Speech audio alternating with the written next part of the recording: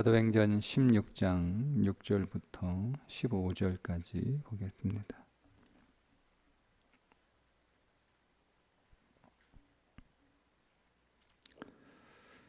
함께 읽습니다. 성령이 아시아에서 말씀을 전하지 못하게 하시거늘 그들이 부르기아와 갈라디아 땅으로 다녀가 무시아 앞에 이르러 비두니아로 가고자 애쓰되 예수의 영이 허락하지 아니하시는지라. 무시아를 지나 드로아로 내려갔는데 밤에 환상이 바울에게 보이니 마게도냐 사람 하나가 서서 그에게 청하여 이르되 마게도냐로 건너와서 우리를 도우라 하거늘 바울이 그 환상을 보았을 때 우리가 곧 마게도냐로 떠나기를 힘쓰니 이는 하나님이 저 사람들에게 복음을 전하라고 우리를 부르신 줄을 인정함이라. 우리가 드로아에서 배를 떠나 사모드라게로 직행하여 이튿날 네아폴리로 가고 거기서 빌립보에 이르니 이는 마게도냐 지방의 첫 성이요 또 로마의 식민지라. 이 성에서 수일을 유하다가 안식일에 우리가 기도할 곳이 있을까 하여 먼밭 강가에 나가 거기 앉아서 모인 여자들에게 말하는데 도아디라시에 있는 자색옷감 장사로서 하나님을 섬기는 루디아라 하는 한 여자의 말을 듣고 있을 때 주께서 그 마음을 열어 바울의 말을 따르게 하신지라. 그와 그 집이 다 세례를 받고 우리에게 청하여 이르되 만일 나를 주 믿는 자로 알거든 내 집에 들어와 유하라 하고 강권하여 머물게 하니라. 아멘.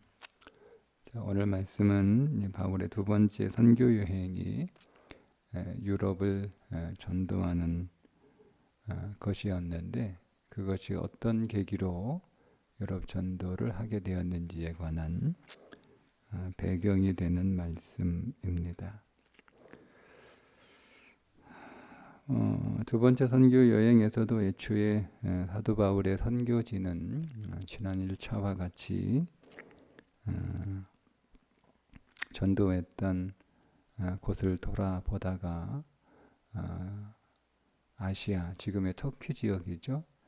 아시아 지역을 전도하는 것이었습니다.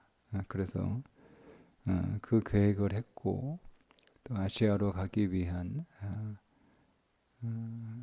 노정을 계획을 했는데 성령께서 아시아에서 말씀을 전하지 못하게 하셔서 계획을 좀 수정해서 부르기아와 갈라디아 땅으로 다녀간 후에 무시아에 이르게 되었고 거기에서 비두니아, 무시아에서 동북쪽으로 가면 비두니아인데 거기가 이제 아시아 지역이거든요. 또 예수의 영이 허락하지 않아서 다시 이제 밑으로 좀 내려가면 드로아 항구가 있습니다. 드로아 항으로 내려가게 되었는데 거기에서 그날 밤에 환상이 바울에게 보이게 되는데 마게도냐 사람 하나가 서서 그에게 청하여 이르되 마게도냐로 건너와서 우리를 도우라.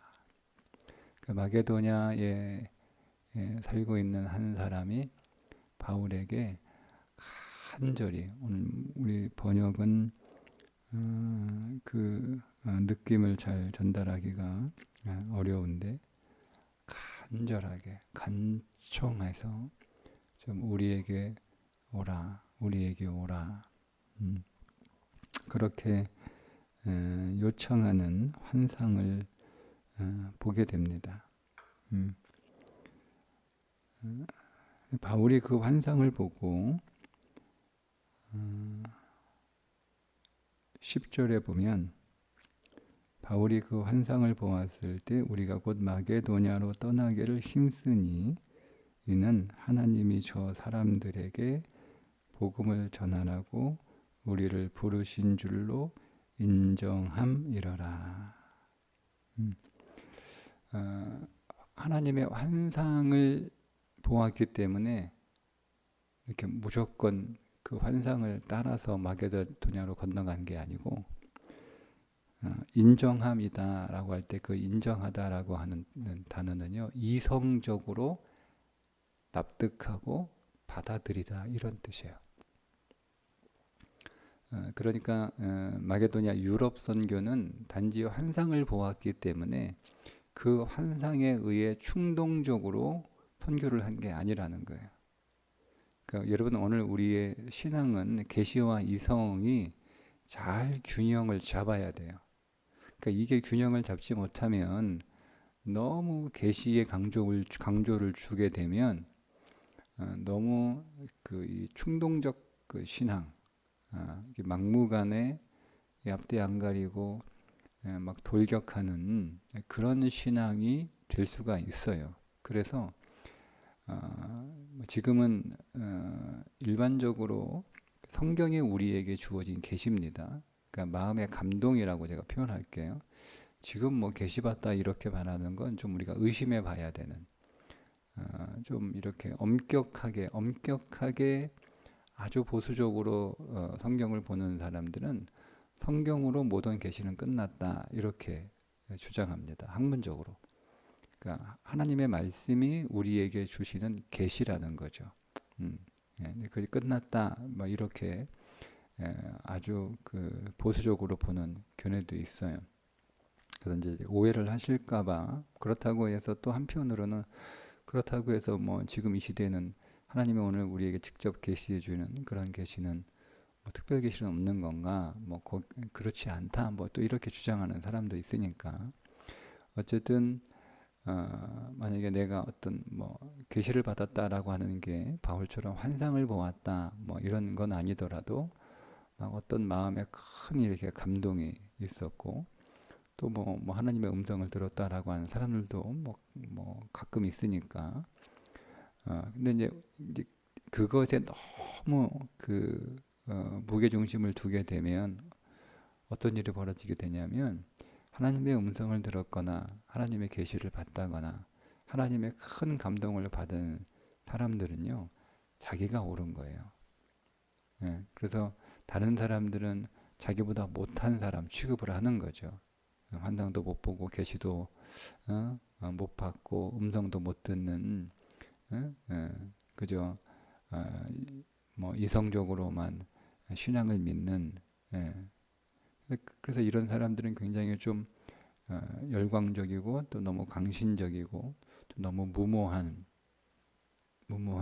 이제 뭐 한국 교회에서 조금 이렇게 경계하고 있는 선교 단체 가운데 하나가 이제 이런 그 현상이 조금 있거든요.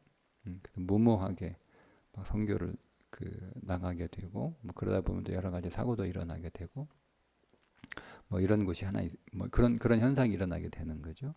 근데 또 너무 이성만 하게 되면 너무 육신적으로 따지는 거예요. 그러니까 자기가 생각하는 자기 합리의 자기 논리, 자기 지식 그런 거에서 벗어나지 못하는 거죠. 근데 우리 신앙은요, 이것도 아니고 저것도 이것 뭐 계시가 너무 강조해서도 안 되고 이성을 너무 강조해서도 안 돼요. 그러니까 이 두 가지가 잘 균형을 이루어져야 하는 거죠.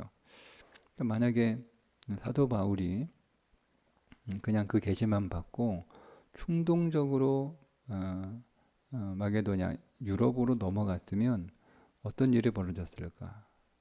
거기에는 시작은 굉장히 좋게 시작하지만 좋은 일만 있는 건 아니거든요.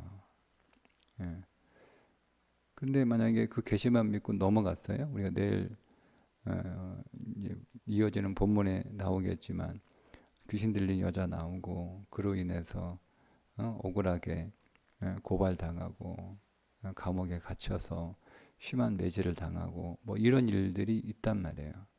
그렇게 되면 그것들을 받아들이기도 어렵고 또 그런 일이 일어났을 때 믿음으로 반응하기가 굉장히 어렵습니다. 그러니까 우리의 신앙이 너무 어떤 자기만의 영적인 감동 안에서 막 충동적으로 하게 되는 일들이 있거든요. 뭐 꼭 우리가 선교는 아니더라도 여러 가지가 있어요. 뭐 갑자기 뭐 그 안 하던 뭐 큰 헌신을 한다든가 뭐 이런 것들. 그건 여러분 우리가 그런 감동이 있을 때 하나님 앞에 말씀 안에서 잘 이성적으로 점검해 봐야 되는 거예요. 그러니까 바울이 그랬다는 거예요. 이게 인정함이다라고 할 때는 그냥 마지못해서 어쩔 수 없이 내가 계속 아시아로 가려고 하는데 아시아로 가려고 하는 게 계속 막히던 차에 마게도냐 사람의 환상을 보니까 그냥 하나님께서 길을 막고 마게도냐로 가라고 하시는구나 라고 해서 그냥 이렇게 훅 떠난 게 아니고 그것에 관하여 곰곰이 생각했다는 거예요. 곰곰이. 하나님 왜 자기는 아시아에 대한 준비가 다 됐거든요. 근데 유럽에 대한 준비는 전혀 안 돼 있어요. 그러니까 준비가 안 된 곳으로 떠난다는 것도 쉽지 않죠. 그러니까 이 모든 것들을 다 생각하는 거예요. 나는 아시아로 갈 계획을 했고 아시아로 갈 준비도 했고 그런데 왜 계속 번번이 막히는가. 그러던 차에 자기는 계획에 없는 드로아 항구에 와 있는 거거든요. 드로아 항구에 갈 계획이 없었단 말이에요. 왜냐면 그냥 용로로 들어가면 되는데 배 타고 갈 일이 없거든요. 근데 왜 여기까지 오게 되고 왜 여기서 마게도냐인의 환상을 하나님이 보여주시고 그러면 그 마게도냐에 무엇이 있는지 거기가 어떤 곳인지 바울이 다 파악을 했을 거 아니에요. 이것들을 다 파악했다는 거예요. 이것들을 다 생각했다는 거예요. 이것들을 다 고려했다는 거예요. 그리고 나서 마게도냐로 하나님이 우리를 부르신다라고 하는 사실을 이성적으로 자기가 받아들였다는 거예요. 그걸 인정했다. 인정했다는 거예요. 그러니까 여러분 이게 인격입니다. 우리가 신앙을 인격으로 주님을 만난다는 게 이런 거예요. 인격으로 만난다라고 하면은요, 우리가 한 사람을 인격으로 만나고 인격으로 대우한다라고 할 때 세 가지 의미가 들어 있어야 돼요. 우리가 어떤 사람을 만날 때 처음에는요, 감정으로 만납니다. 감정으로. 그냥 기분이 좋은 거예요. 이 사람이 좋은 거예요. 이 사람이 나한테 잘해주니까 좋고, 나하고 잘 맞으니까 좋고, 이렇게 좋은 거예요. 그래서 그 사람하고 처음에 친해지고, 만나게 되고 하는 거잖아요. 근데 사람을 이렇게 만나다 보면 늘 처음 그 사람을 만났던 감정이 계속 일어나는 건 아니에요. 감정이라는 건 그냥 생겼다가 금방 사라지는 거예요. 그러면 때로는 이 사람을 이해하지 못하는 일도 있거든요. 나하고 잘 맞는 줄 알았는데 또 이 부분은 잘 안 맞아. 나하고 생각이 비슷한 줄 알았는데 또 생각이 달라. 그럴 때는요, 우리가 이 사람에 관하여 이해하고 그 사람에 관하여 아는 일이 필요합니다. 그냥 무조건 잘 맞는 줄 알았는데 잘 안 맞네 하고 그럼 손절하자. 이건 인격이 아니에요. 그러니까 기분과 감정 따라 인간관계를 맺는 건 그러니까 인격적인 관계가 아니에요. 그러니까 여러분 우리가 신앙생활이요. 뭐 처음부터 우리가 하나님을 알아서 신앙생활을 합니까? 어느 순간 그분이 우리에게 은혜를 줘서 하나님을 좋아하게 하고 관심을 갖게 하고 그런 감정으로 시작을 다 합니다. 누가 처음부터 뭐 성경을 알고 하나님 알고 뭐 그래서 많은 그 신앙생활 하는 사람은 없어요. 그냥 감정으로. 어릴 때 교회 가면 기분 좋으니까 재밌으니까 뭐 친구들 많으니까 거기 가면 애들 착하니까 뭐 맛있는 것도 주니까 뭐 이렇게 해서 신앙생활 다 하거든요. 어른도 마찬가지예요. 보면 교회 오니까 마음도 편하고 사람들도 좋고 세상상 사람들은 또 얼마나 사람들이 치열하고 잔인합니까? 근데 교회는 그렇지 않고 다 순하고 그래서 신앙생활 시작하는 거예요. 근데 그렇지만은 않잖아요. 하다 보면 또 세상도 보이고 또 감정도 상하기도 하고 그런 일이 있어요. 예, 그때 필요한 건 지식이에요. 지식. 아는 거죠. 그래서 우리가 인격적인 만남을 하려면 배워야 돼요. 예, 인간관계는 그 사람을 배워야 돼요. 그 사람이 어떤 삶의 과정, 어떤 상처, 어떤 성격, 어떤 성향, 어떤 기질, 그 사람의 어떤 가치, 그 사람의 습관, 뭐 이런 것들을 우리가 다 알아야 되는 거예요. 예, 그게 없으면 그 사람과 인격적인 관계를 더 이상 맺어갈 수 없어요. 그러면 이제 이해가 되는 거죠. 이해가 되는 거. 이 사람을 알면 그 사람이 왜 그렇게 말하는지, 왜 그렇게 행동하는지 이해가 되는 거예요. 사람들은요, 우리가 똑같은 한국말을 써도요, 다 그 언어가 달라요. 한 사람의 언어는요, 그 사람의 살아온 역사가 그 언어에 녹아 있거든요. 그 사람의 살아온 사건과 그 사람이 겪었던 여러 가지 상처들, 뭐 이런 것들이 그 말 안에 다 녹아 있어요. 그래서 우리가 말뜻은 잘 이렇게 한국말을 쓰니까 소리는 잘 알아듣는데 그 의미가 내가 말하는 단어와 그 저 사람이 말하는 단어가 개념이 다르거든요. 그러니까 똑같은 말을 했는데 저 사람이 하는 말과 내가 하는 말의 단어가 다를 경우에 그 개념이 다를 경우에 저 사람은 다른 의미로 그 말을 했는데 나는 내 개념으로 그 단어를 받아들이기 때문에 이게 감정이 상할 수가 있단 말이에요. 그러니까 그럴 때는 그 사람의 그 말을 했던 그 사람의 정의가 무엇인지, 그 말의 개념이 무엇인지를 우리가 알아야 되거든요. 그러니까 그게 이제 그 사람의 삶이 거기에 다 녹아 있는 거예요. 그래서 이제 두 번째 우리가 인격적인 만남을 위해서는 그 사람에 관하여 배워야 되는 거예요. 알아야 되는 거예요. 그런데 또 시간이 지나가다 보면 알지만 이해가 되지만 도저히 받아들일 수 없는 그런 일이 또 벌어지게 돼요. 알아요. 이유도 알아요. 왜 그런 줄 알아요.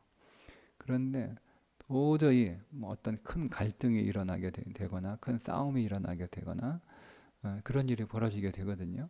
그러면 감정도 상했죠. 그리고 더군다나 이해가 되지만 그래도 이제 이해하고 싶지 않아요. 그럴 때 우리가 세 번째 인격적인 관계는요, 의지적으로 만나는 거예요. 의지를 다해가지고 이게 인격적인 관계예요. 그러니까 하나님을 인격적으로 만났다라고 하는 건 이 세 가지가 들어가 있어야 되는 거예요. 내가 하나님이 좋아. 근데 여러분 항상 여러분 신앙생활이 좋습니까? 항상 우리 기대한 대로 인생이 되는 건 아니잖아요. 우리의 기대와 다르게도 인생이 되고 내가 원하지 않는 일들이 벌어지게 돼요. 그러면 우리는 왜 이런 일이 내 인생에 일어나게 되었는지, 이걸 어떻게 내가 반응해야 되는지를 성경을 통해서 이해해야 되는 거예요. 하나님의 뜻이 있구나, 하나님의 계획이 있구나, 하나님의 섭리가 있구나.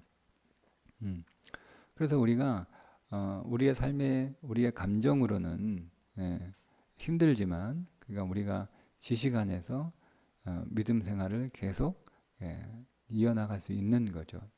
그런데 또 그렇지만도 않아요. 또 신앙이 더 여러 번 하다 보면 정말 내가 하나님 다 이해가 되지만 정말 내가 이건 못 받아들일 수 없는 일들이 있단 말이에요. 그때 내가 의지적으로 감정도 상했고 뭐 이해하고 싶지도 않지만 내가 그래도 이게 진리니까 의지적으로 하나님의 말씀에 순종하는 삶을 살아가는 거예요. 그게 인격적인 신앙이에요. 뭐 예를 들자면 뭐 아내를 사랑하라. 처음에 감정으로는 아내를 사랑할 만하면 사랑하죠. 그런데 항상 그런 건 아니잖아요. 사랑할 만하지 않아요. 감정이 그렇게 되지 않아요. 그러면 하나님이 말씀 안에서 사랑하라고 하셨으니까 지식으로 또 하는 거예요. 그런데 또 그렇게 안 될 때도 있잖아요. 그럴 때는 의지적으로 그게 진리니까 자기의 의지를 끌어다가 감정은 그렇지 않지만 자기가 생각하는 자기의 지식의 범위 안에서는 도무지 하기가 어렵지만 그냥 의지적으로 하는 거예요. 그게 하나님을 인격으로 믿는 거예요. 그러니까 우리의 신앙이 그래야 되는 거예요. 근데 우리는 보통 어떻게 신앙생활을 하냐면 대부분이 충동적으로 신앙을 해요. 대부분 감정적으로. 그러니까 느낌으로. 그러니까 우리는요, 예를 들면, 그러니까 우리가 이런 것들을 제가 어디서 자주 느끼냐면 설교를 느낌으로 다 듣거든요. 그래서 오늘 뭐 새로운 말씀을 들었다, 몰랐던 걸 들었다, 아니면 내가 듣고 싶은 걸 들었다, 뭐그 자기 마음에 맞다, 뭐 그러면 은혜 받았다고 얘기해요. 그거는 그냥 감정적으로 잠깐 뭐 듣기 좋은 거예요. 대부분. 예. 근데 그게 여러분 그 말씀이 정말 은혜를 받았으면 이 세 개가 동시에 그 안으로 들어가야 되는 거예요. 세 개가. 오늘 어떤 설교를 들었어요. 근데 그게 탁 내 마음에 감동이 왔어요. 탁 마음에 탁 이렇게 울렸어요. 내 마음을 탁 건드렸어요. 근데 참 너무 좋아요. 예. 그러면 내가 그 말씀을 내 삶에 적용할 때 기분이 좋을 때, 감정이 될 때만 그 말씀을 적용하는 거 아니에요. 그러면 그걸 은혜 받았다라고 얘기하는, 그냥 좋은 강연 들은 거라고 생각하시면 돼요. 근데 그 말씀을 내가 더 알기 위해서 그 말씀을 더 배우고 더 알려고 하고 그 말씀을 묵상하려고 하는 그 다음의 모습이 있어야 되는 거예요. 듣고 좋은 건 다 그렇게 합니다. 여러분 귀로 들리는 거 듣고 좋은 건 뭐 누군 못해요. 내 귀에 내 감정에 좋게 들리면 당연히 좋게 들리죠. 내 감정에 좋게 안 들리면 당연히 좋게 안 들리죠. 그거 다 한단 말이에요. 그러면 그 말씀이 내게 감동이 되면 그 말씀을 붙잡고 그 말씀을 진지하게 배우고 묵상하는 일이 있어야 되는 거예요. 그래서 그때 내 마음에 감동을 주었던 그 말씀대로 내가 기분이 좋을 때 그 말씀에만 순종하는, 그 말씀에 순종만 하는 그런 삶이 아니고 내가 그런 감정이 계속 일어나지 않아도 이제 지식 안에서 그 말씀을 따라가고 그 말씀을 순종하고 그 말씀을 적용하는 일이 이루어졌을 때 그 사람이 은혜를 60% 받은 거예요.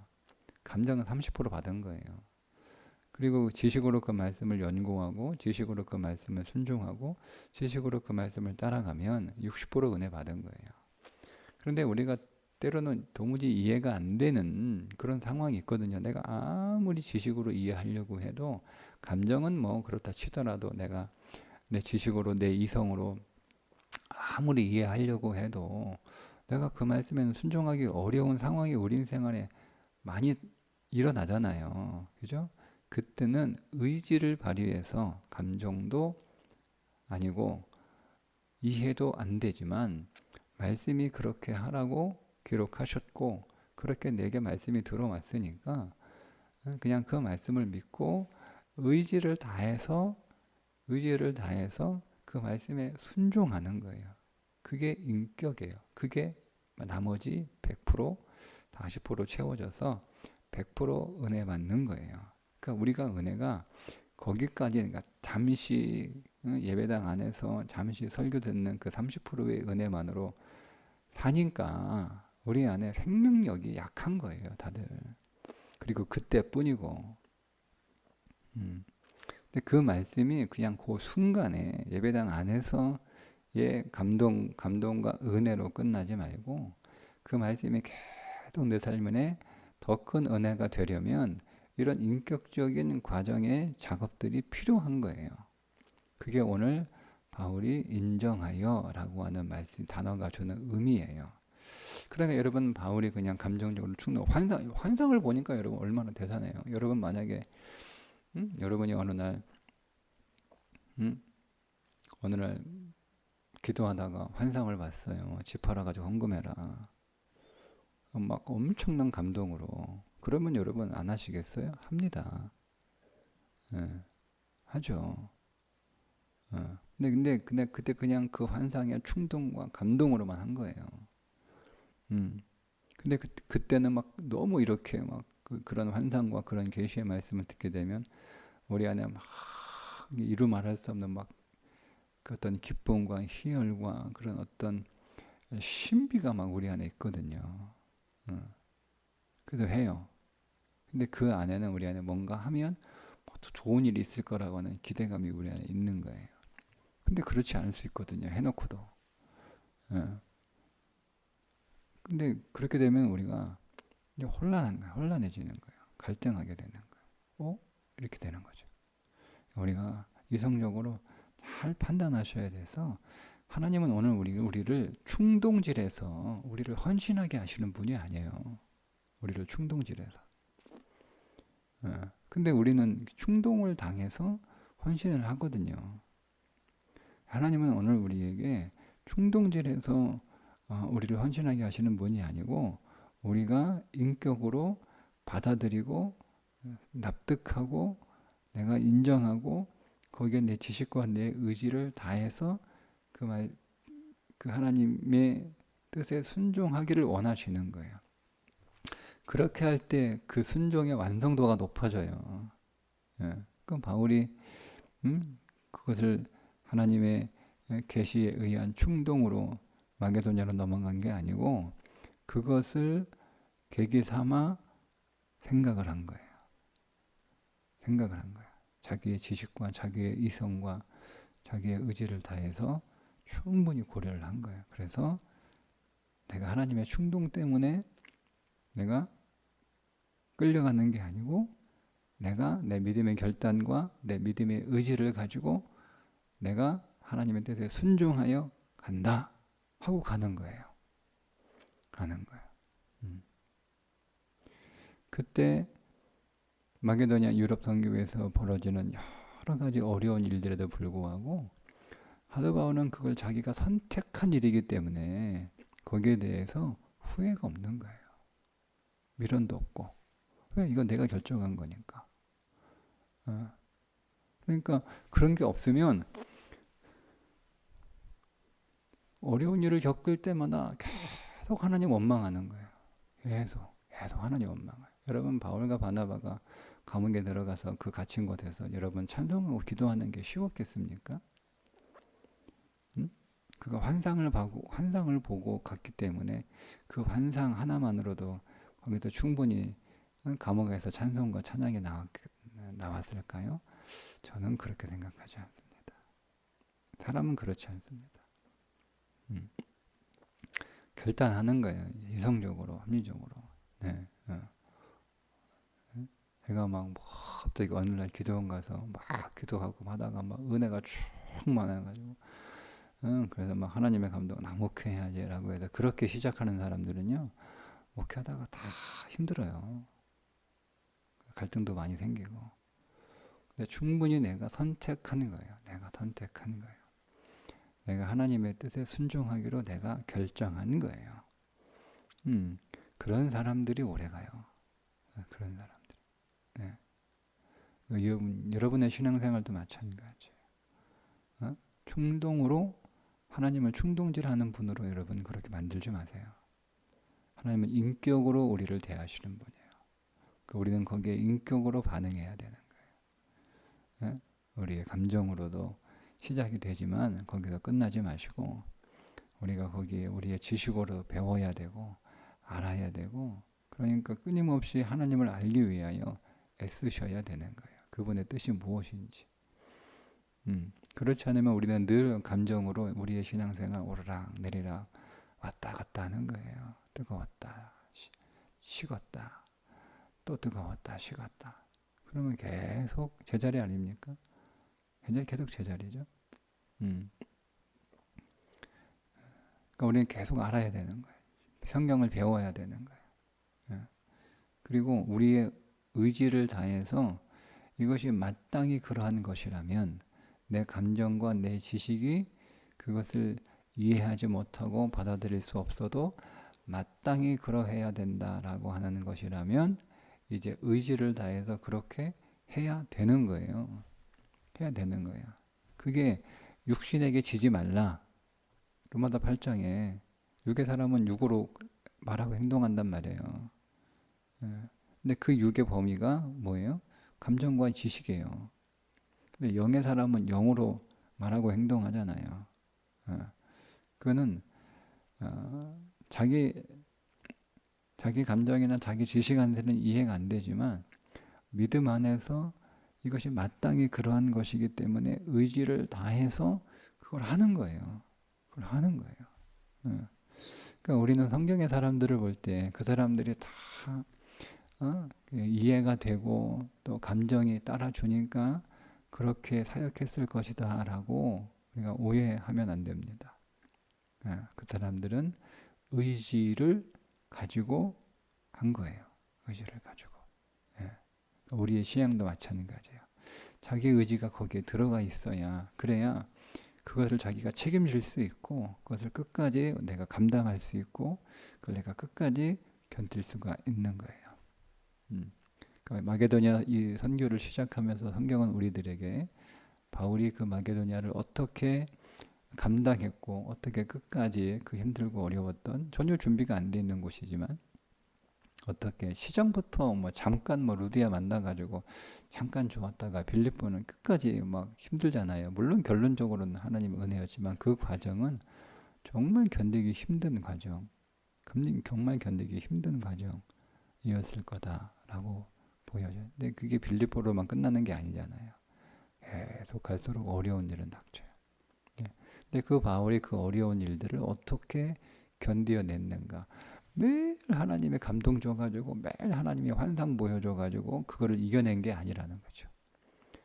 바울이 그 시작에 하나님의 감동이 있었지만 그 감동을 계기로 그 위에 자기가 충분히 생각하고 판단하고 자기가 받아들였기 때문에 내가 받아들인 거예요. 내가 하나님 억지로 시켜서 하는 게 아니고 내가 받아들인 거야. 신앙은 이게 항상 있어요. 하나님의 억지로 시켜서 하는 게 아니고 겁나서 무서워서 일로 가면 계속 막히니까 열려있는 길로, 그래서 내가 그냥 어쩔 수 없이 간 게 아니고 어쨌든 하나님이 나에게 감동을 주셨고 그분의 뜻을 내게 보여주셨지만 난 거기에 내가 의지와 내 인격을 가지고 내가 거기에 수용한 것, 내가 용납한 것, 내가 받아들인 거야.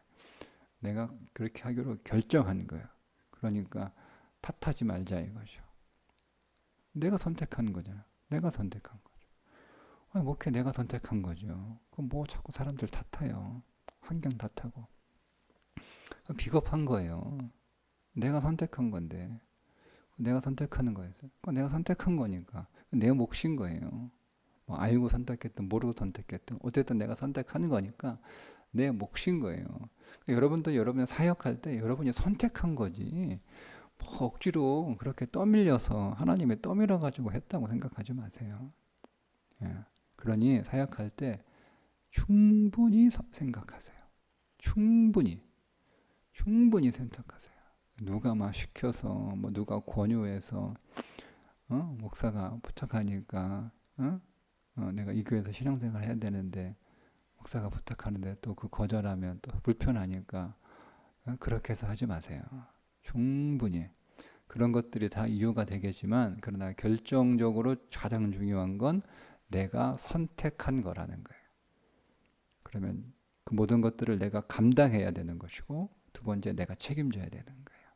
그러니까 이게 있어야 우리의 신앙이 건강해지고 우리의 신앙이 더 강력해지는 거예요. 그런데 다 억지로 떠밀려서 어쩔 수 없이 마지못해 이렇게 여러분 하게 되면 일은 뭐 제대로 못 되는 건 뭐 그거는 사실은 중요한 건 다른 사람이 하면 돼요. 문제는 내가 성장하지 않는 거예요. 내가 계속 영적으로 피로감이 쌓이는 거야.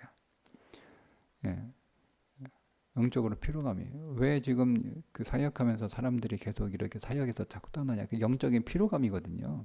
오랫동안 사역을 안 하던 사람들이 사역을 떠나는 게 아니잖아요. 사역을 잘하던 사람들이 오래 하던 사람이 그 사역지를 떠나요. 그게 영적인 피로감이 계속 쌓였기 때문에. 그 피로감이 왜 쌓였냐? 내가 하나님 내 의지로 한 게 아니고요. 그냥 내가 억지로 마지못해 했다라고 하는 생각이 우리 안에 크게 자리 잡고 있기 때문에 그런 거예요. 그러니 여러분 하나님의 감동도 있고 우리의 관계도 있고 뭐 여러 가지가 작용이 되지만 그러나 마지막 결론은 내가 결정하고 내가 선택하고 내가 받아들인 것이다. 그러니 내가 견뎌야 되는 거예요. 내가 감수해야 되는 거예요. 그리고 내가 책임져야 되는 거예요. 그 신앙의 수준까지 우리가 더 성장할 수 있기를 주님의 이름으로 축복합니다. 기도하겠습니다. 하나님 아버지, 바울이 환상으로만 마게도냐로 덥석 건너가는 게 아니고 그 하나님의 환상과 계시를 그의 이성과 지식 안에서 그의 인격으로 묵상하고 생각하고 또 그리고 판단하고 그리고 결정해서 넘어가 그 마게도냐에서 겪었던 모든 일들을 그가 다 견뎌내고 감수하고 그가 그 모든 것들을 책임질 수 있었던 것임을 우리가 말씀을 통하여 다시 한번 발견합니다. 우리의 신앙이 그러하듯 우리의 삶이 그렇게 되게 하여 주옵소서. 예수님의 이름으로 기도합니다. 아멘.